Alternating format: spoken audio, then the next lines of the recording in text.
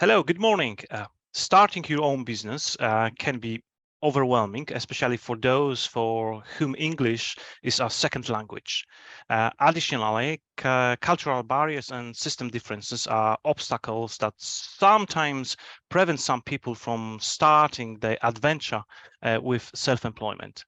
Fortunately, there are experts who can explain the whole process and are able to answer many questions. And today's sessions is hosted by Amanda Gunter from the HMRC accounts. Good morning, Amanda. Good morning. How are you today? Very well, thank you. How are you? Yeah, good, lovely. I'm always good on Fridays. Amanda, could you explain to people who you are and what you do? I will indeed. So good morning, everyone. And that's a welcome to everyone who's online and actually watching this as a recorded version. My name's Amanda Gunter. I'm one of the partners here at HMRC, and I deal with a lot of the tax work here. So I'm one of the tax partners at HMRC. This morning, what I'm going to run through is I'm going to briefly cover what is self-employment, and then I'm going to go through how you actually register as self-employed with HMRC, why you need to, and then what records you should be looking at retaining. So that's going to be the rough method that we're going to run through this morning of what's in the presentation. Now, it's going to be quite a high-level guide, so I'm not going to go into technical details. So hopefully it will give you a general overview of those areas. Now, I'm going to try and make the presentation as flexible as I can. So if anyone has got any questions as they're going along, so if you've got any questions or anything you want to raise for people, then please do say either by putting it in the chat, or if you can, we'll unmute you as we're going through so we can raise those questions. If not, if there's anything that wants to be raised at the end, there will be time for that. Now, I'm not going to go on for an hour because everyone would get bored with that. So we're looking really that I'll probably be around the sort of half an hour mark, depending on how many queries we do get as we go through for it. Okay. So now my IT manager has told me how to use this technology.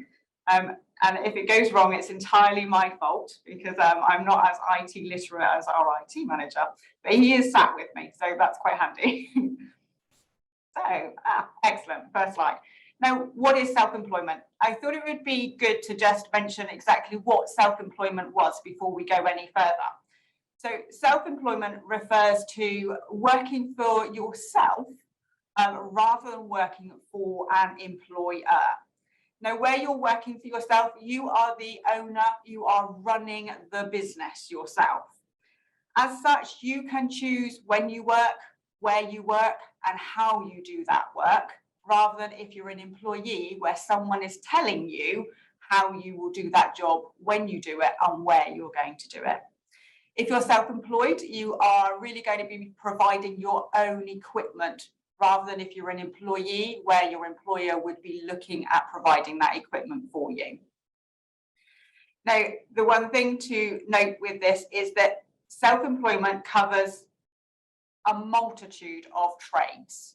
So there isn't one specific trade sector. You know, you could be a gardener through to an accountant, through to a barrister, through to someone who makes cakes.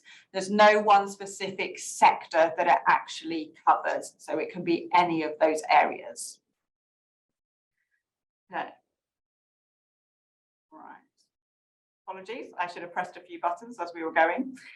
Now, the one thing this is about is if you're self-employed, you are responsible for paying your tax. Whereas if you're employed, your employer is responsible for deducting the tax and then paying that over to HMRC at source. So as self-employed, you take the responsibility of dealing with your own tax affairs and making sure you pay the right amount over to HMRC. Now, if there's more than one of you that's working together as self-employed, then that's classified as a partnership. Now, registering as self-employed, if you're working in a partnership, you need to register yourselves as self-employed, and you also need to register the partnership. Okay, so there is a difference where you're working together as more than one person. Now, the one thing we have found when we've been talking about this before is that there's a little bit of confusion between self-employment and where you are operating your own limited company. So this slide is purely to sort of separate those two areas. If you're self-employed, then you're looking really on the right-hand side of this picture. So you're an individual and there isn't a limited company that you're working for. Now, what you will find out there is there's a lot of people that are working through what we call their personal limited companies. So they are employees of their own limited company. Now, that isn't self-employment. So what we're talking about today is only the left-hand side of this picture, which is self-employment. And we're not talking about where you are working for your own limited company, because that is very different. So what do you need to do if you are self-employed? So if you are self-employed, then you need to register with HM Revenue and Customs. Now, we call it HMRC for short, because it's quite a mouthful to say HM Revenue and Customs. But you do have an obligation to register with them to let them know that you have started as self-employed. Now, HMRC is the authority that is responsible here in the UK for collecting all of the taxes and national insurance and then administering all of those bits and pieces. So if you hear the words HM Revenue and Customs or HMRC, then that's the authority here in the UK for the collection of taxes. Okay, now is there a timing on when you need to register? Yes, there is. So you need to register by the 5th of October following the end of the tax year in which you first start trading. Okay. Now, the UK tax year is quite strange. You'd think it would be a specific date that makes sense, but it's not. The tax year runs from the 6th of April through to the 5th of April. So it's some rather strange dates that you've got to think about. So as an example, if you started trading on the 1st of January 2023, you would need to register by the 5th of October 2023. Okay, so there is a time limit for you that you do need to register by. Now, in all the years that I've worked in practice, I've never known HMRC worry if you do register late. Now, they can, they say, charge a penalty for late registration, but I've never seen it happen as long as you file your tax return on time, okay? Now, that's not to say it wouldn't happen, it's just that I have never seen it happen. Now, with registration, I wouldn't hold off registering. So once you start self-employment, the best thing you can do is get on and register as soon as possible so that you're not faced with getting close to that deadline in any way. All right, so the sooner you start the registration process, the better, and you don't need to delay actually putting in the registration. Bear with me while I just sort my slides out. Right, now there is one exemption where you don't need to register for self-employment, and that's where you've got a small amount of self-employment income. So if your self-employment income is less than £1,000, and you don't actually need to register unless you've got other income, which means you need to register. Now, by that, if you receive any other income that's not taxed at source, you may need to register anyway, even if you're not fulfilling the self-employment criteria. But for the basis of this presentation, we're looking at self-employment. And if you had self-employment income of less than £1,000, you wouldn't need to register. Now, before you can register, this is one of the important things that you do need.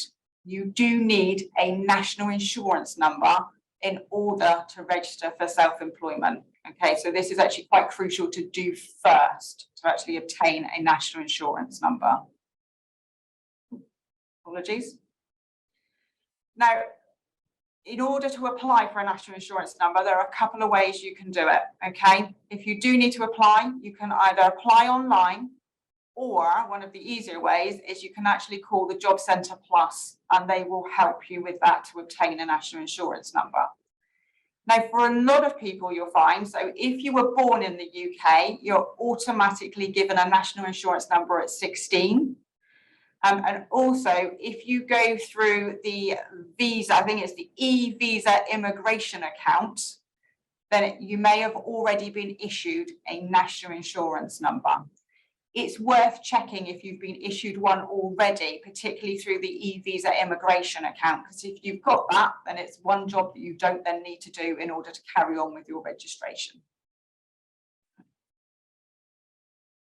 So how do you go about registering? Okay, we've got 3 methods of registration, okay? The first one, you can register through an online business tax account. You can then do one by filling in a form CWF1, or you can register by calling HMRC. Now, with the registering for the online business tax account and in order to get hold of a form CWF1, the best way of doing it is to go into Google and then type in register for self-assessment. The first hit you get is the government website, which runs through how to deal with the registration. And it's got a link on there for you to either do a business tax account or to download the form CWF1. Now, what we have done is we prepared a flyer, which we've sent over to Mikkel. And if you want a copy of the PDF that we've sent over, it has got these links and details on them. So if you just ask, I think you'll be able to send those out. Is that right? Perfect. Now, the one thing you will find with a business tax account, if you don't have a UK passport, then it's highly likely that you will fail the electronic ID requirements in order to set up a business tax account. Now, if you do find that, your next option is to fill in a CWF1, right, which is a form that you complete online, print out, and then send to HMRC. And the next option is that you can phone HMRC, and on the PDF flyer that we've provided, it's got the telephone number for you to call. Now, if English isn't your first language, then the first thing you need to do is actually navigate through their system by saying, the specific wording, so let me just find the specific wording. You need to say, and you need to say this in English, I need a translator. The system should pick that up, and then once you get through to an advisor, you tell them what language is your first language, and they will internally find an appropriate translator for you. Alternatively, if you do have someone that you know, a family member or a friend that's over the age of 16 that can translate, then you can call HMRC and they can speak to them on your behalf as long as they are sat in the same room as you. Right. Now, I mentioned earlier on that if you were running a partnership, you need to register yourselves as self-employed, and you also need to register the partnership. So how do you go about registering the partnership? Now, as you'll see from this, pretty much the same system as if you're registering for self-employment.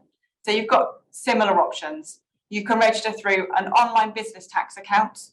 You can register through a form SA 400, so it's a slightly different form, or you can register by phone.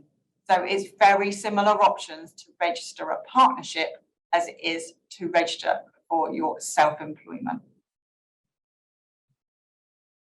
So what happens once you've registered? Once you have registered, HMRC will issue you with something called a unique tax reference. Now, for short, we call it a UTR. Okay, it's a 10-digit reference, which then puts you into the tax system, and that reference stays with you forever. Okay. Now, once you're in the tax system, you then are going to need to do a tax return each year, which will include your self-employed income and expenses, as well as any other income that you've had during the year. Now, one thing to remember is that you can be self-employed as well as having other income. So you may be employed as well as being self-employed. And your tax return would include both your employment income and your self-employment income. Now, as I mentioned earlier, the tax year runs from 6th of April to 5th of April, and your tax returns need to be submitted. If you're submitting electronically, they need to be submitted by the 31st of January after the end of the tax year. Now, if you're filing on paper, which you still can do, then your paper return needs to be submitted by the 31st of October following the end of the tax year. Now, in order to file electronically, you will either need to have a business tax account, which we've mentioned earlier on, you may have problems with if you don't have a UK passport. If you use an agent, then it's likely your agent would submit electronically. But alternatively, you can submit your tax return on paper, but remember your filing deadline is slightly earlier than if you were submitting electronically. Now, once you've submitted your tax return, so if you submit by the 31st of October, then HMRC will send you a statement showing you how much tax and national insurance you owe for the year. If you've submitted by 31st of October, you should receive that statement around about mid to late December, so that you can then pay your tax liability, which will fall due on the 31st of January. Now, if you've only recently started trading, so say your first year of trading finished on the 5th of April 2023, then your first tax payment in relation to your self-employment income would fall due on the 31st of January 2024. Now, if your tax liability is over £1,000, you will also fall into something called the payment on account regime. And with this payment on account regime, you will start to make an extra payment in January and July each year, which is towards your current year's liability. Now, it does mean when you first start trading, your payment on that 31st of January will cover your prior year's liability plus a payment on account. Once you are into the payment on account regime, you will make payments on the 31st of July and the 31st of January each year thereafter. Now, if you do submit your return electronically, the system, when you're submitting it, actually tells you what your liability is as you're submitting. If you're submitting on paper, you then have to wait for HMRC to send you a calculation of your tax liability. Now, even if HMRC haven't sent you a statement or a calculation of your liability, you are still obliged to make your tax payment on time. So whether you've received a statement or not, you do need to still pay them by the 31st of January or 31st of July, depending on whether it's a payment on account or not. Now, in order to make those payments, if you haven't got a statement, Google can be used again, and if you just type in pay self-assessment, it will straight away take you to the government website, which shows you all of the methods of payment. As you are self-employed, you are obliged to make those payments as they fall due, even if HMRC hasn't sent you a statement.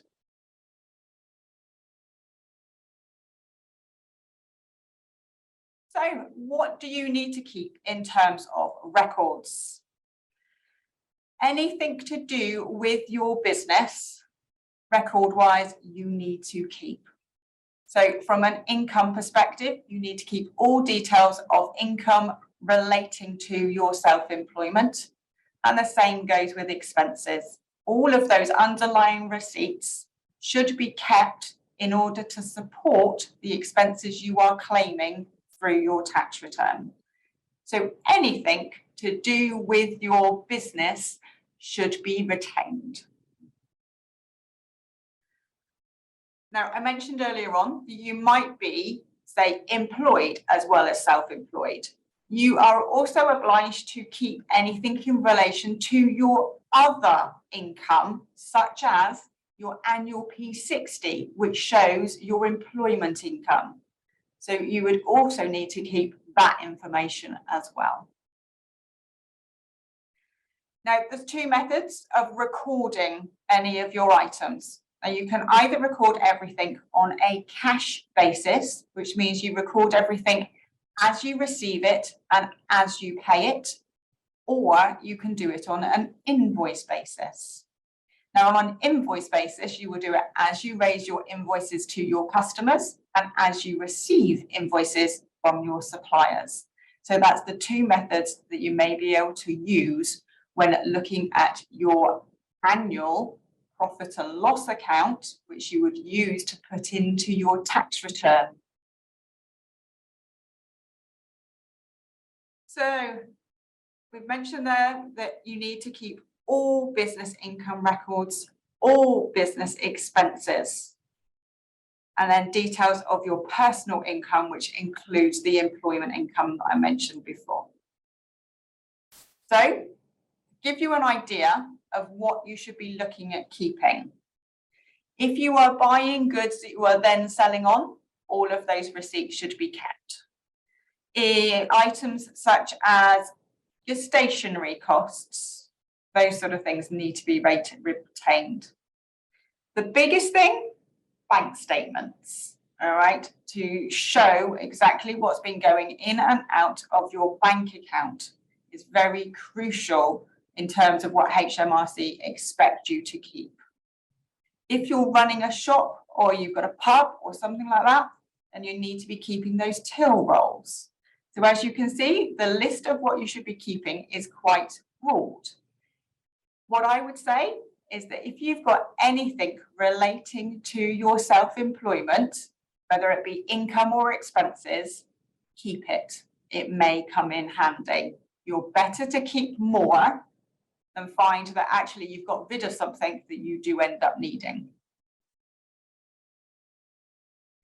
Now, your methods of retaining all of your receipts and then pulling them all together ready for your tax return, it can be manual or electronic. Now, that's what it is at the moment. So we still have the options of both keeping manual records as well as electronic records. Now, by electronic records, you can also use Excel, or you could use a specific accounting package. Now, there are a number of them out there, and it depends on the size of your business as to whether you would want to go and use a specific accounting package or not. Now, HMRC have been talking for a number of years now about something called making tax digital. So in the future, their aim is for anyone who's self-employed to be keeping electronic records. Now, we've got a number of years before they bring this in, but it is something to keep, to be aware of, because you may find if you're keeping manual records at the moment, it might be something in the future where you need to keep electronic records. And at that point, HMRC will require you to submit information which is supported by those electronic records. Right. Now, I've mentioned that you can use Excel. So HMRC do allow Excel as a form of keeping all of your income and expenses. And it's a very nice way of starting out as self-employed, is to keep an Excel spreadsheet which summarizes all of your income and expenses. How long do you keep them for? You need to keep them for 6 years. Okay, so don't go destroying them the year after you've kept them. Okay, why do we keep those records? You might be thinking, why on earth do you need to keep them? The first reason you keep them is so that you can actually pull together the information that needs to go onto your tax return. So it's what we call here is so that we can pull together a profit and loss account, which is then incorporated into your tax return. Now that means basically we are summarising all of your income and all of your expenses. So for the accounts year that we were talking about, and don't forget that was 6th of April to 5th of April, so that information can then be included onto your tax return. And why else do we keep them? Just in case HMRC asks to see them. Now, HMRC can raise inquiries into your tax return. Now, most inquiries are targeted. Now, by targeted, I mean HMRC have some information which they've obtained where they think the return is wrong and they will raise an inquiry. But some inquiries are purely random. So no matter how good your tax return is or how good your record keeping is, it could be that HMRC may ask to see some of your underlying records at some point, purely because they are doing a random check. So the other reason we keep those records is so that we can support the information in that tax return if HMRC ever asks to see it. So what expenses can you claim? Well, as a rule of thumb, your expenses that you can claim are only ever business-related expenses, okay? So the costs of running your business is what we would expect to see as allowable expenses when you are going through. Now, I've done a few examples of what we would consider to be allowable expenses. These are only examples. Now, what you will find is with self-employment, it depends on what you are doing as to what your expenses are. So you will find it is quite broad ranging as to what costs you may incur and are therefore allowable. So some of the items that I've put down here are just as examples. Office costs.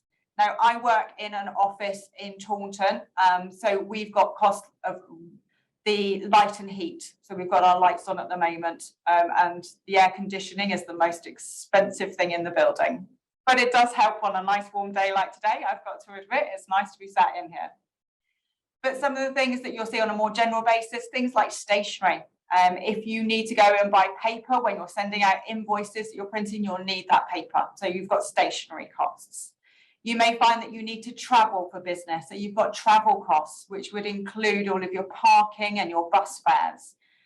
Business insurance. You know, all businesses are going to require some form of insurance. If you need it for the purpose of your business, then that's going to be an allowable expense. Now, if you're looking at marketing your business, then you're going to have some advertising costs. It might be that you're advertising in local magazines. That cost is going to be an allowable expense in terms of what you can claim against your income. Now, in terms of profit and loss, you will have your income less all of your expenses, and then you will have a net profit on which you then pay tax and national insurance. Okay, so these expenses are the bits that reduce how much tax you pay. Now, the one thing you do find is you can only claim the business proportion of all costs. Now, as an example, most people have got mobile telephones. Now, with a mobile telephone, it might be that you use it for work purposes as well as using it for private purposes. Now, that's the most common thing you find. Now, if you were to say, I use my phone 50% for business and 50% for work, then 50% of the cost can be claimed as an expense in your self-employed accounts. So you are always looking at what is the business cost of anything that you are doing, and that is then the allowable expense. So, now, one thing we also have here in the UK is something called a trading allowance. So if your expenses are under £1,000, instead of claiming those expenses, you can claim something called the trading allowance, which is a flat £1,000 to go against your income. All right. Now, if you are claiming the trading allowance, you can't claim any other expenses. So you either claim your actual expenses or the trading allowance. Right. Now, I have gone at quite a high level there, and I didn't want to bore anybody. So I have gone into whether there's any questions at the moment for anyone to go through. I am going to open up and say, Michael, have you got any questions that you want to run through, and what other areas we might want to cover? Yes. I think it's quite transparent and clear, everything you said, but I think it would be worth to summarize. So basically, let's say I would like to open a beauty salon and accept my clients tomorrow. So I need to have, first of all, national insurance number. I need to apply for UTR number. So that's the tax number. If please correct me if I'm wrong. And then I need to submit my declaration by 5th October, if that is a paper, on paper, or by 31st of January. Yeah, that's right. Yeah. Okay. My question is, when we need an assistance of accountant? It does depend. So if you have got a small business and you are comfortable with dealing with the accounts records yourself, then you may not need an accountant. So if you've got something where actually it's quite easy, you can keep track of your own income and expenses, and you're confident enough to submit your tax return and deal with it, then you may not need an accountant. If you are finding that actually, I don't know what I'm doing, my business is maybe a little bit bigger, I do need some help with how I record these items and then how I deal with HMRC, that's where I'd say speaking to an accountant's a really good idea. We are used to talking to HMRC all the time. We are used to preparing the tax returns. So to us, it's our bread and butter. We don't have that separation or fear of dealing with HMRC, with a lot of people have. So we can help on that front to, one, take away that fear of getting it wrong, because we can make sure that you do get it right. And also we can then help with advising you on what expenses you can and can't claim, so that you don't overpay tax or underpay tax, so that you're paying the right amount. So I think it comes down in part to the size of your business, and in part to how confident you are to do it yourself. Right, thank you, Amanda. That's really useful. And I know you've mentioned about the UTR number, that it's for life, but I would like to clarify one thing. Let's say I've been running my business for 2 years, and for some reason I decided to shut down. And then after some time, let's say another 2 years, I've got another idea in different sector, and I'm going to register my business. Does it mean that I will get a new UTR, or actually it's a tax number for life and it's only one? You'll find is on that second registration, you notify HMRC that you've been registered once before, and they will normally reopen your old number. So you'll keep the same one. But the one thing you do have to do is tell them that you've been registered before, so that they can open that number again. All right. Otherwise, what you can find is that you've got more than one tax number. And then if they were to open both of them, they'd be expecting 2 tax returns. So the best thing you can do is, if you run your business, say for 2 years, and then you close it and you're employed, say solely employed for 2 years, and then you want to register again, when you do that next registration, you tell HMRC that you have been registered before, and they will open your old number. Right. And what about if you've got two different businesses, if you like. So let's say you are a childminder, but over the weekends you provide some consultancy services. Then you and it's let's say about environment, so different than childminding. So is it mean that you need a second UTR number, or you can do it under one umbrella? All under one umbrella. So you could have multiple business trades. So as you mentioned there, you could have some babysitting and some consultancy. You still only have one UTR, all under the one umbrella. What you would find is that you would prepare your accounts for your consultancy and the accounts for your babysitting, and then both of those go onto the same tax return. So it's one UTR, which is an umbrella for all of your trading activities. Fantastic. And in terms of the receipts and all of those evidence in terms of the income and expenses, you've mentioned that you can either store them manually or electronically, which means you can simply take a picture of the receipt and then just save it in the folder, and making sure that you've got 2 copies just in case. And is the way that you can do it, or actually? You can. Yeah, you can. The only thing I would say with that is just make sure that your technology is good enough, and that you don't find, because what can happen is if you do something like that and then it's corrupted, so you can't get to that information. So you do have to be a little bit careful with how you save it. And what I found is that people might do something like that and they might save it in 2 different places, just so that if one was corrupted, you've got another one. Because if HMRC were to ask you for that information and you go back to them and say, my file's corrupted, they'll turn around and say, tough. They will be accepting and they will understand. They're not horrible people, but it is your requirement to make sure that you can access that information one way or another. So if you were to take a photo of it, because that's the way we go nowadays, and then save that, you do need to be able to make sure that you could print it off again in the future. All right, so just be careful with your technology usage. But yeah, you can do that.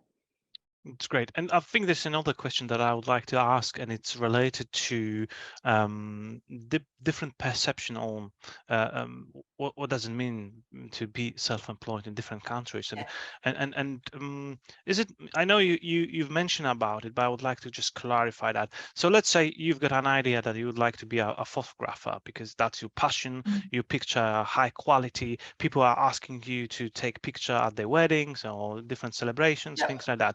And so you do it from time to time, and then people are starting paying you because they want to reward you. And then you've noticed that actually you've just earned more than 1,000. Do you need to register? Do you need to let HMRC know straight away, or is it mean that you can trading for a few months without notifying the HMRC till October? Yeah. So if you were to do something, and that's often how businesses start, you start with a passion and then people start paying you a little bit and then it starts building. That is often the way we see businesses actually growing. And you don't need to tell HMRC immediately that you go over that 1,000 mark. As long as you have notified HMRC that you started trading by that 5th of October, you're absolutely fine.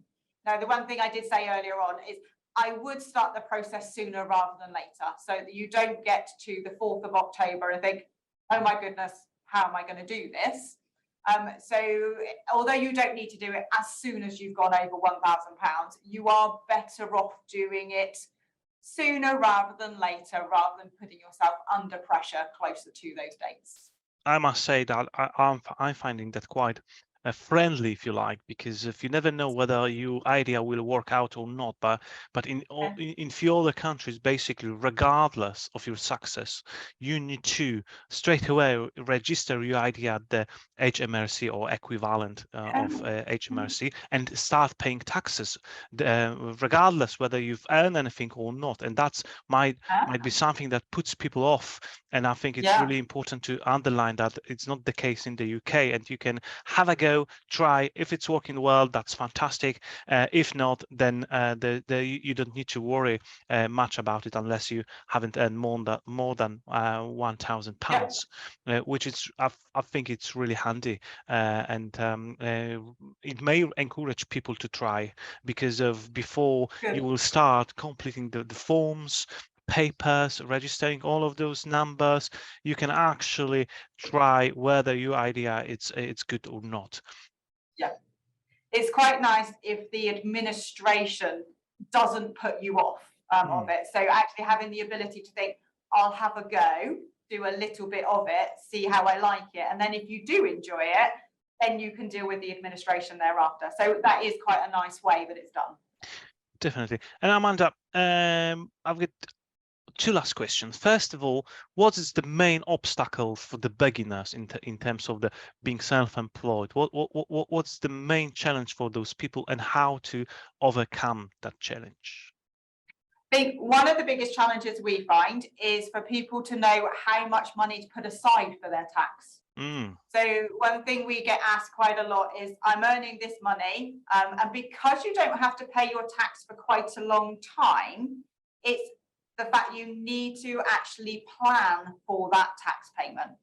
Now, the one thing I haven't covered in this is what the tax rates are, but I'm going to give you a bit of a rule of thumb that if you are working for yourself, once you are earning more than £12,000, it's just over, I would recommend that you put aside between 25 and 30% of everything you receive thereafter, so that you build it up and have it ready to make your tax payment.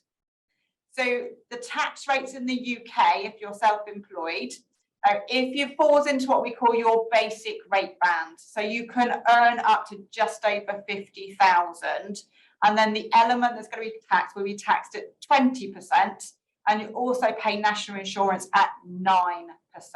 Okay, so you are looking at a 29%, which is why I say between 25 and 30 to put away, ready to make that tax payment. Otherwise, you find when you come to make that tax payment, it's a bit of a shocker, and then you've got to go and find the money if you haven't put it away. So I think one of the things that people come to us a lot about is to keep that in mind, so that you don't find you've got a cash flow issue when you need to make that payment, and that can be quite crucial. Right, thank you. And the last question that I have, what would you say to people who are wondering now, like they feel quite encouraged to open their own business right now, but they may have additional questions, where they can find those additional answers? Is there any recommended website or service, local available service that they can approach? What would be best thing to do in order to cover their questions? What you'll find is on the PDF flyer that we've sent over that you can get access to, there are